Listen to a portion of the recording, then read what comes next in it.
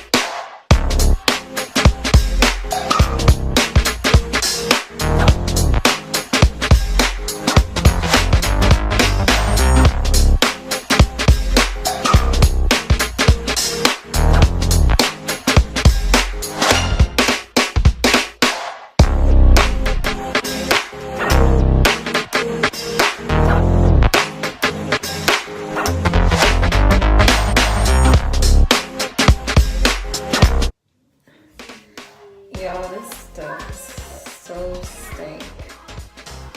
Oh my god. Okay, y'all, so it's so crazy because the aloe, it make my hair like it always make it feel so soft and moisturized.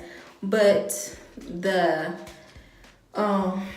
rice water, it's somewhat, it's not making my hair dry or anything, but it gives it like a weird, you know, feeling, and it makes my hair super frizzy.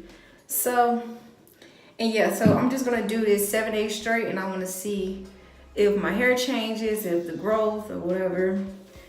So that's my little challenge, and if y'all wanna join, write down in the comments below if you guys wanna join, and show me your results.